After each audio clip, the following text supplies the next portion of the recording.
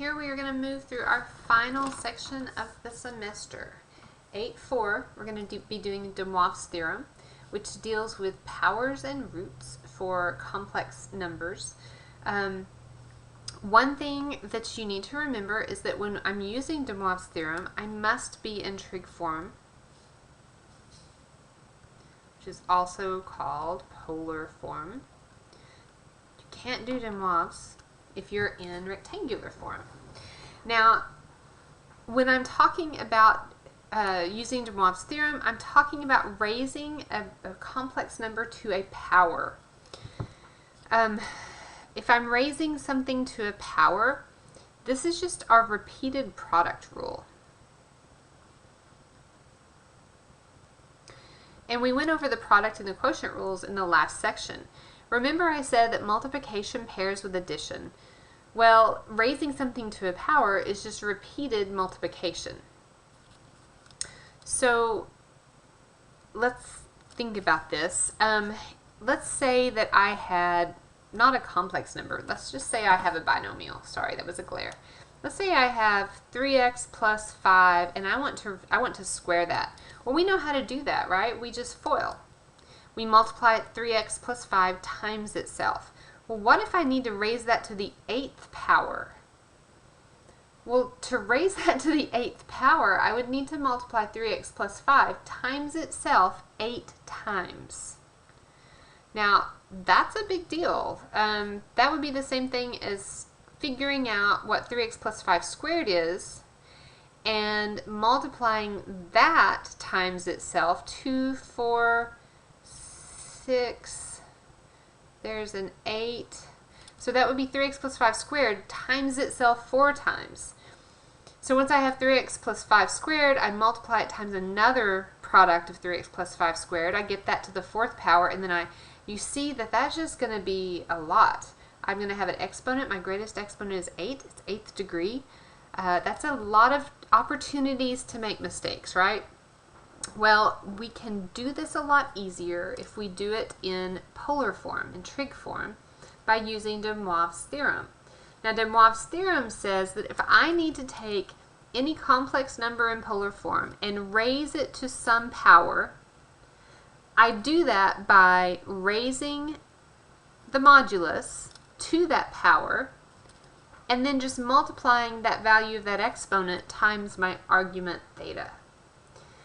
So in shorthand form, I have r to the n CIS n theta.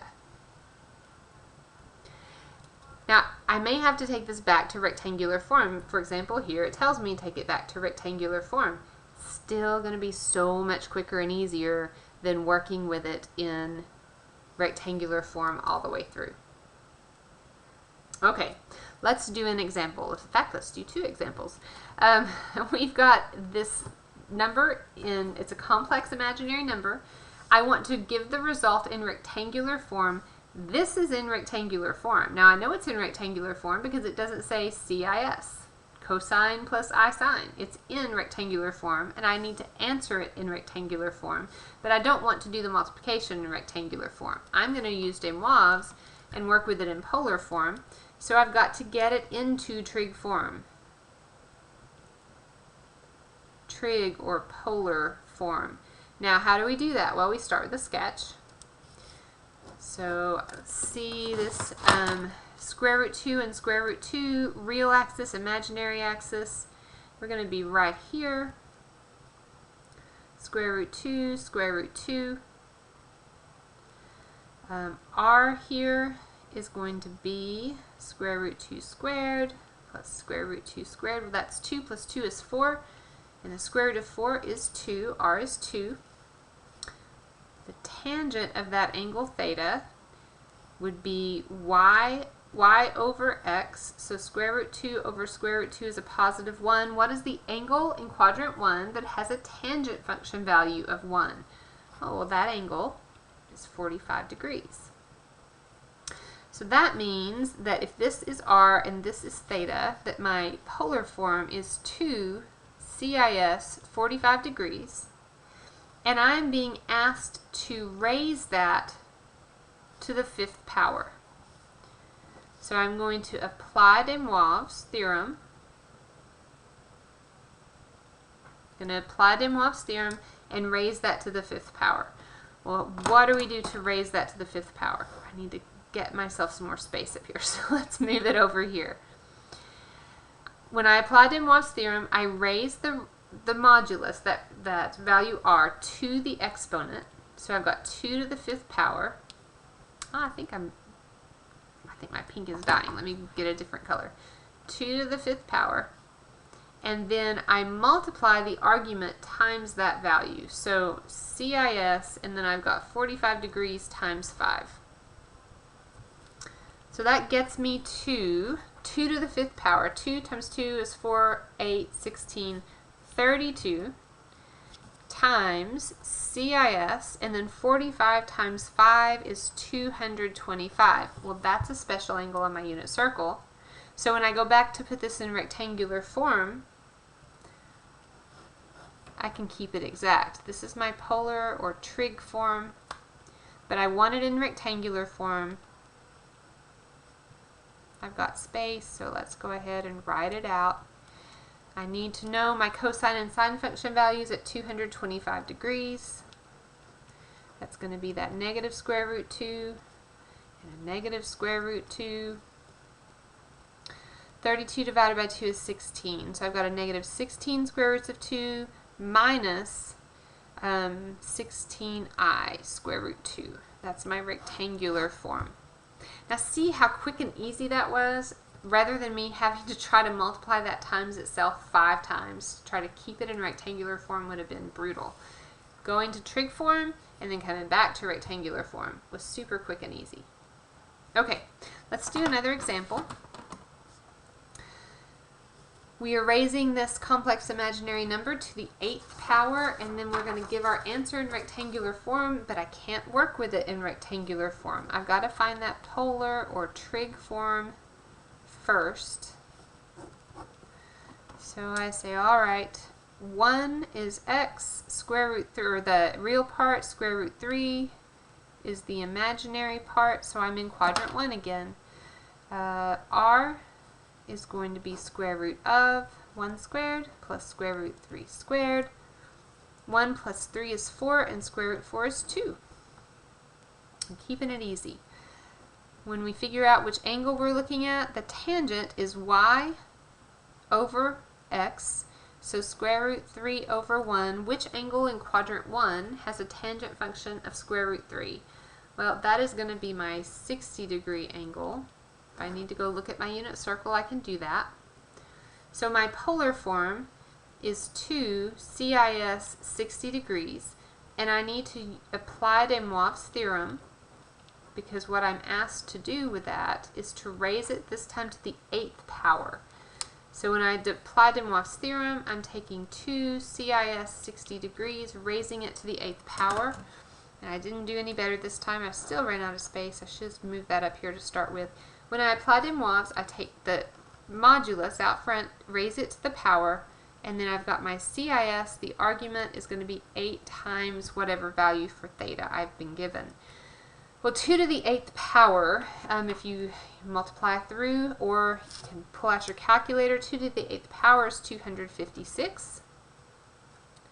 And 60 times 8 is 480 degrees. This is what I'm working with. If I were allowed to stop in polar form, I'd be done, but I need to go to rectangular form. So I've got 256 cosine of 480 plus I sine of 480. Well, what is 480 degrees? Well, that's an angle of rotation. It's more than one full rotation. One full rotation is 360. And 480 minus 360, I'd have to go another 120 degrees. So right here I am. 480 is coterminal with 120 degrees.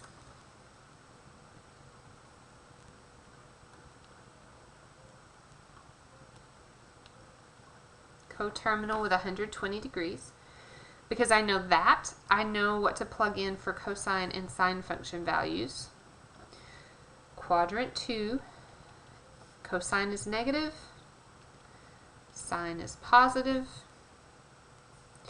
To distribute my value for r. Half of 256 is 128, negative, so a negative 128, and then I've got a positive 128i square root 3. Don't want to put that I out behind because I don't want it to accidentally end up underneath my radical. Okay, excellent. Now let's look at going the other direction. We don't have a nice name for this one. It's just roots of complex numbers. We had de Moivre's theorem when we're raising to a power, but now that it's just roots of complex numbers, we don't have anybody's name that goes with that theorem. Every non-zero complex number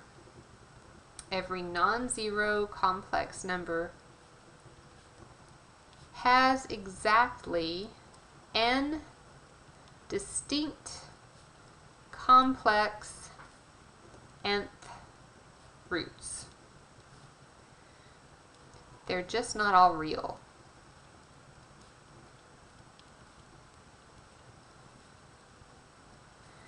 Every non-zero complex number has exactly n distinct complex nth roots. They're not just all real.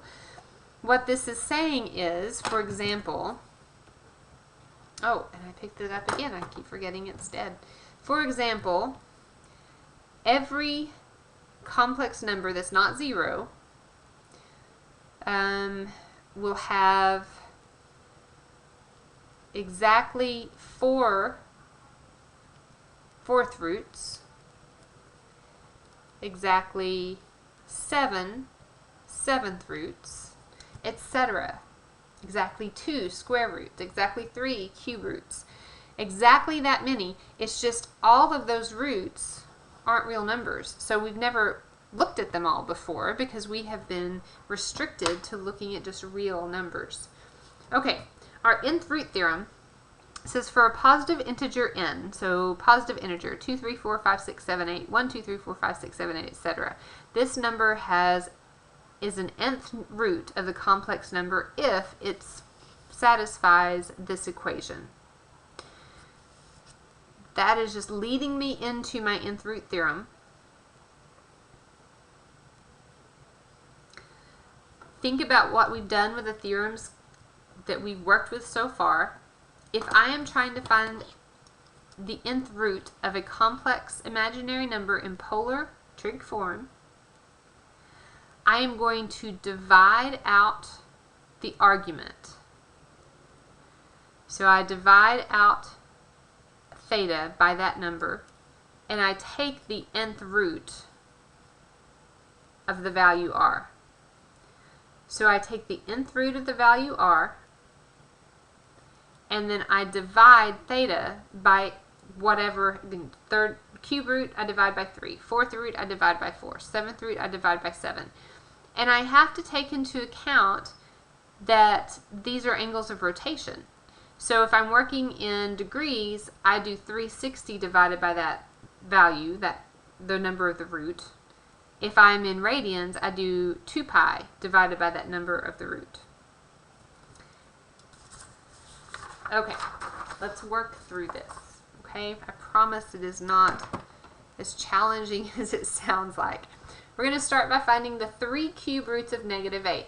Well, you guys are used to, you've done the cube root of negative 8 before. The cube root of 8 is negative 2, right? Well, that's true. That is the real cube root. But remember that we've been told that if we're taking cube roots, we have exactly 3 cube roots. So if one of them is real, that means, therefore, there are 2 imaginary cube roots that we haven't looked at before. That triangles and the dots in a triangle, that means therefore. If negative 2 is our real cube root, therefore, that means there have to be 2 imaginary cube roots. So let's find them all. So we're going to find the 3 cube roots of negative 8 and write them in rectangular form. So our first step is to take our number and put it in trig form so that we can work with it. Write it in trig form. If all I've got is negative 8, that means it's negative 8 plus 0i, so my imaginary part is 0. So negative 8 on the real axis is yep, over here. So I just, you know, I just took a lot of the guesswork out. Theta is 180. If I want to work in degrees, it doesn't say. We're going to work this one in radians. You know, my math lab always tells you. Sometimes our notes forget to. We're going to work this one in radians, so we're going to say that theta is pi radians. We need to figure out r. Square root of negative 8 squared, that's 64 plus 0, so square root 64 is 8. R is 8. So polar form is r cis pi. My next step is going to be to find the roots.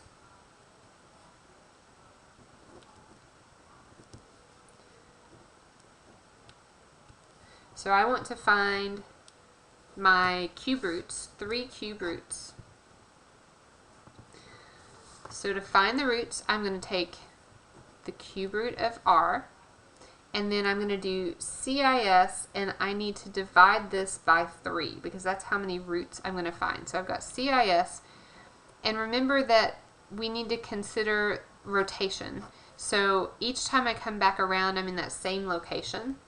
One full rotation. So pi plus 2 pi k divided by 3, where k is, and now I only have 3 roots, so k is going to be 0, 1, 2. You start with 0 and you count out how many roots you have. Now because of this 2 pi business where we're rotating around, if I kept going any further, I would land on the same places and the next set of roots would not be distinct. All this bit is telling me is that my 3 roots are going to be distributed equally around my circle, and this is how far apart they are. Well, what's the cube root of 8? Cube root of 8 is 2, correct? So if I simplify this, I would have 2 CIS pi third plus 2 pi third k.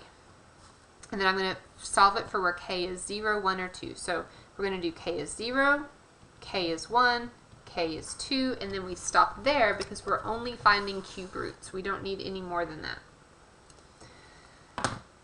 So what happens when k is 0? There's my trig form. When k is 0, that means I'm not adding anything. I've just got this, 2 CIS of pi third. That's my first root. When k is 1, I'm adding 2 pi third to this argument. Well, 2 pi third plus pi third be 3 pi thirds, which is just pi. So 2 CIS pi is the second. And then where k is 2, I'm adding 4 pi third. So 4 plus 1 is 5 pi third. Or I can say, okay, this was 3 pi third plus 2 more gets me to 5 pi third. So 2 CIS 5 pi thirds. If I added 2 again, I'd be at 7 pi thirds. 6 pi third is a full rotation, so 7 pi third lands me right back there. Now, if I was able to stop in polar form, these would be my 3 distinct roots.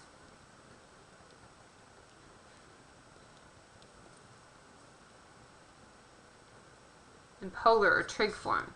But we're not able to stop there. We need to go to rectangular form. So I take each of these roots and I fill in my values for cosine and sine. So at pi third, I've got 1/2 and square root 3 over 2. So I've got 1/2 I square root 3 over 2, which gives me 2 times 1/2 is 1, plus square root 3, I square roots of 3, because those 2's are going to cancel out. 1 plus I square root 3. At pi, cosine at pi is -1, sine at pi is 0, so that gives me -2. There's my real cube root of -8. And then at 5 pi thirds, let's look over here at 5 pi thirds, there's my cosine and sine. I've got 2 1/2 minus square root 3 over 2i because I'm in quadrant 4, which gives me 1 minus I square root 3. And you're going to notice that you end up with a pattern over here when you're looking at your rectangular form of your roots. So these are the 3 distinct roots in rectangular form. Now what does that look like on the unit circle? On my circle, r is 2. R is 2, so I need to think about being out here at 2. R is 2. I have a root at pi third, which is 60 degrees, so that would be 2 cis pi third. I have a root at pi, so right there, 2 cis pi, and I have a root at 5 pi third, 2 cis 5 pi third. Those roots are evenly distributed around my circle. I've got one every 2 pi thirds radians. Another root shows up. Now this is our last section for the semester. This is, you know, it's a little bit heavier stuff, but I like it. It's kind of puzzly. It's interesting that we have, you know, if I'm doing square roots, I've got exactly 2. If I'm doing fourth roots, I've got exactly 4. I've just got to figure out what they are and where they are. Okay, so let's think about what we know. Let's start putting some things together. I'm asked to find 2 square roots, so I know that there are exactly 2 distinct square roots. And I know they're evenly spaced around my circle. So we did the last one in radians, let's do this one in degrees. If they're evenly spaced and a full rotation is 360 degrees, there's going to be a root every 180 degrees. So my roots are going to be 180 degrees apart. Okay, we're going to start with our complex number, put it in trig or polar form.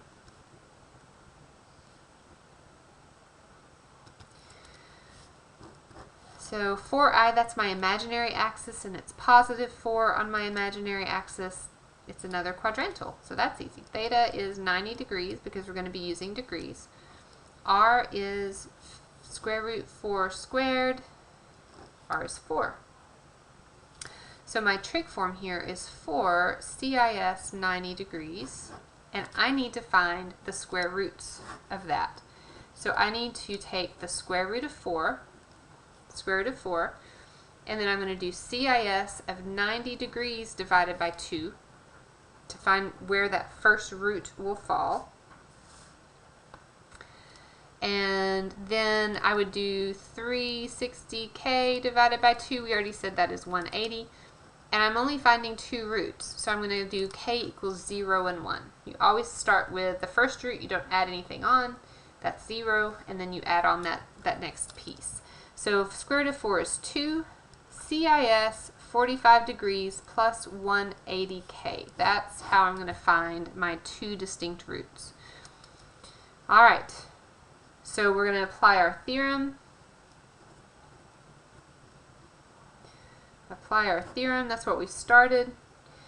We need to find where k is 0 and k is 1 because we have 2 distinct square roots. If k is 0, I don't add anything. I've just got 2 cis 45 degrees. That's my trig form of that first root. And if I go to k is 1, I add the 180. So 45 and 180 is 225. Yep, 225. So I've got 2 cis 225 degrees. This is my 2 square roots in trig form. If I do rectangular form, I figure out, okay, cosine and sine of 45, square root 2 over 2, both of them are positive because I'm in quadrant 1.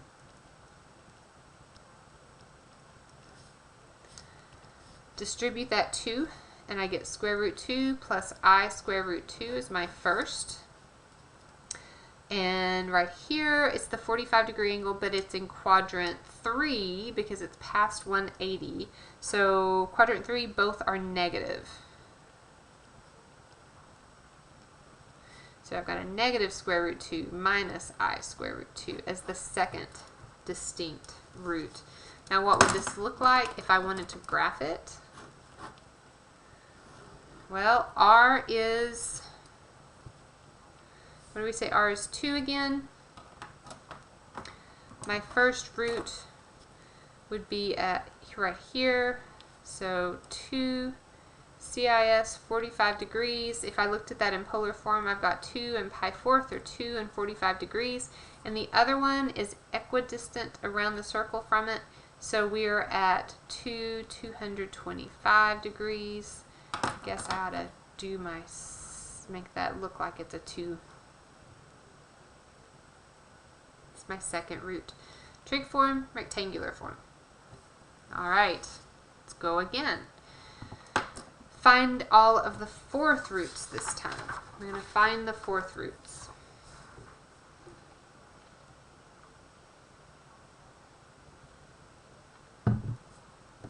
We're going to go ahead and work this one in degrees because it's a little easier for us to think in terms of degrees, and this is new stuff, right? How many roots are we finding?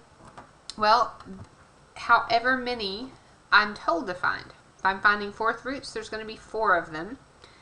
If I'm working in degrees, how often will I find a fourth root? Well, 360 divided by 4, there is a root every 90 degrees. There's going to be another root every 90 degrees because they're equally distributed around our circle. Okay, here we are. We need to find our trig or polar form. So I do my sketch. I've got negative and negative. So negative 128, and then this one is negative 128 square root 3. So I'm down here in quadrant 3.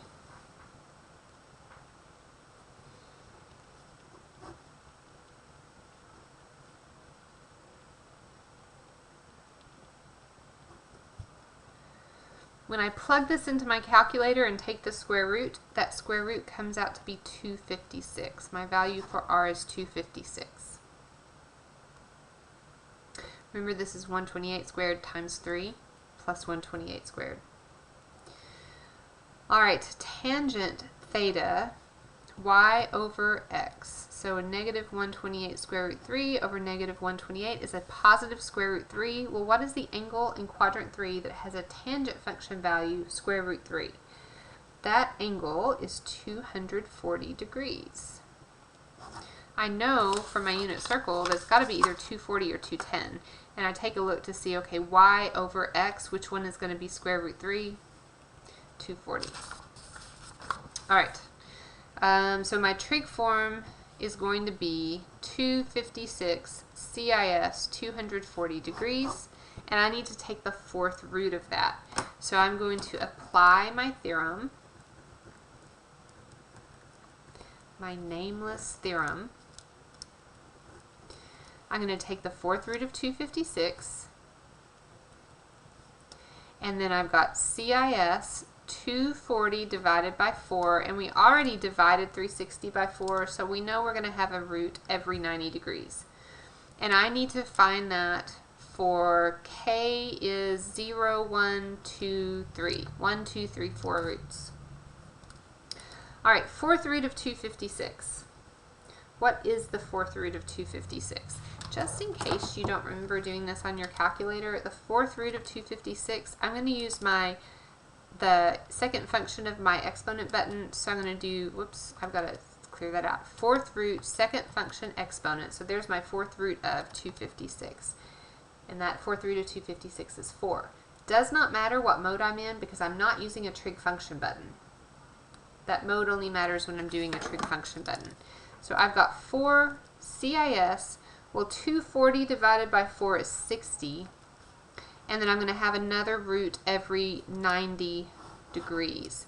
So I need to find k is 0, 1, 2, and 3. Those are my 4 distinct roots. Well, that first root, where k is 0, is just 4 CIS 60. My second root, where k is 1, means I'm adding 90. 90 plus 60 is 150. And then I need to add 90 again. That puts me at 240. And then I need to add 90 again. And that puts me at 330 degrees. So there are my 4 distinct fourth roots. In trig form, I need to go to rectangular form. It keeps telling me to go to rectangular form. So I need to figure out my cosine and sine function values at those angles, plug them in, and distribute my 4. All right. 60 degrees is in quadrant 1, so both of them are positive. We've got a 1/2 and a square root 3 over 2. Distribute the 4, and I get 2 plus 2i square root 3. At 150, I'm in quadrant 2, so they are going to switch places, and the cosine value is negative. So that's a negative 2 square root 3 plus 2i. 240 is in quadrant 3. Both of those values are positive, and they switch places again. So both of them are negative, and they switch places again. So I've got a negative 2 minus 2i square root 3. And then my last one, we're in quadrant 4. X is positive, cosine is positive, sine is negative. So 2 square root 3 minus 2i. And you kind of see that pattern follow through. But there are my 4 distinct roots in rectangular form. And if I put them on a circle, if I graph them on a circle, to the polar form, we're going to make my r equal to 4. I'm not going to draw the 4 bullseyes because it's easier that way. I have a new root every 90 degrees. The first one lands at 60. So every 90 degrees, I can actually draw it like this. Let's see. There we go. There's my 4 roots that are equidistant. And the polar coordinates, this one is going to be 4 60 degrees. This one is 4 150 degrees. Down here I've got 4 240. And over here I've got 4 330. If I added another 90 to this, I would be at 420, which is 360 plus 60. It would be right here on top of coterminal with this one. So it would not be a distinct fourth root. That's why I say that I only have 4 distinct fourth roots, because if I kept going, they would be coterminal with each other. Almost done. 2 more examples. We're going to look at solving equations of complex roots for these last 2. All this does is it puts it in equation form instead of just looking at a complex number. So it is just now telling us to graph them on the complex plane. We've already been doing that. We're just going to keep going with what we've been doing. So we've got x to the 5th minus 1 equals 0. So if I'm going to solve, I move that 1 over. I've got x to the 5th equals 1. So to solve for x, I would have the 5th root of 1. Take the 5th root of both sides. I've got x equals the 5th root of 1. So I want the 5th roots. Now, any root of 1 is 1. That's the real root. I need to figure out all of them. So I'm going to have 5 roots. How often are they going to happen? Well, 360 divided by 5 is 72. So I have every 72 degrees. I have a new root every 72 degrees. The 5th root of 1 is 1. If I sketch this, my value is 1 on the real axis. That starts at 0 degrees or 0 radians. Let's just do 0 degrees. Theta is 0. R is going to be 1. 1 squared is 1. Square root of 1 is 1. So I've got 1 CIS 0 degrees plus 72K to find my 5 roots. I need 5 of them, so K is going to be 0, 1, 2, 3, and 4. There's my 5 roots. So I set it up and I say, okay, K is 0, 1, 2, 3, 4. My first root is at CIS 0. And yeah, we don't have to put that 1 out front, but we're going to 0 degrees, just so we remember that's our value R. Our next root, I'm going to add 72 degrees. So CIS 72 degrees, and then I add 72 degrees again. So we have 144 degrees, and then I add 72 again, and we have CIS 216, and I add 72 again, and we would have 288. Now, it doesn't tell me I have to go put these in rectangular form, so I'm just going to leave these in my trig form, or polar form, and I'm going to put them on my graph.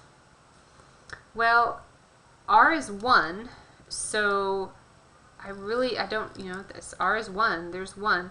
My first root is at 0. There's my vector. So I would have 1 is R and then 0 degrees. And then my next one is at 72. So 1 is R, 72 degrees. My next root is at 144, and I'm going to try to spread these out equally. And then I've got 216, so maybe about there. And then finally at 288. And there we go. Alright, I'm going to focus on this. One last problem. We want to find all the solutions of x to the 6th plus I equals 0. So if I solve that, I've got x to the 6th equals negative I. So I want to find the 6th roots of negative I. X equals the 6th roots of negative I. Well, what does that look like? Negative I would be right there. So theta is 270 degrees. R would be 1 again. Again, I don't have to write R as 1, but it helps me out. If I'm finding 6th roots, how often are they going to show up? Well, I've got the 6th root of 1, CIS, 270 is the first spot there, divided by 6, plus 360K divided by 6. So I've got 1 CIS 270 divided by 6 is 45. 360 divided by 6, I'm going to have another root show up every 60 degrees. And I need 6 of them. So my values K are going to go 0 to 5.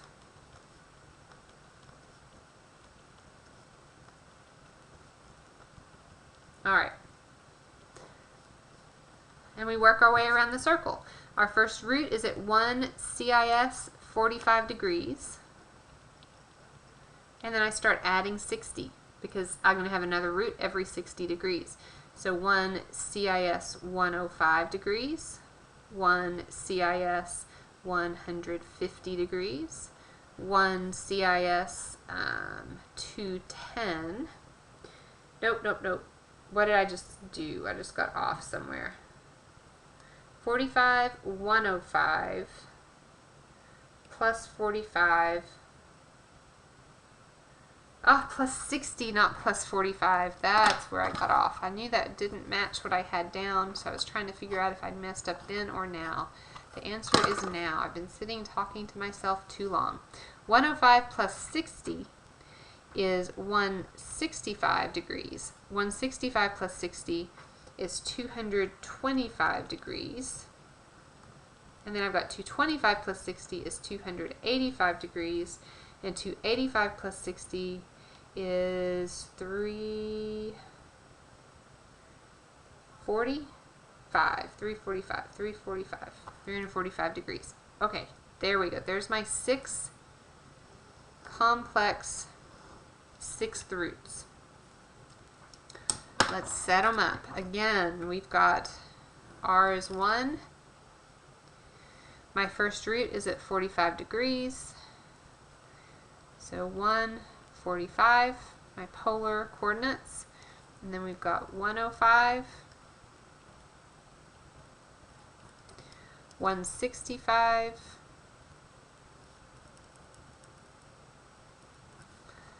225 degrees. We've got 285 degrees. We've got 345 degrees. Whoops, 345. And then if I added 65 again, I'd be back up coterminal with my 45 degree angle. So there are my 6 sixth roots of negative I.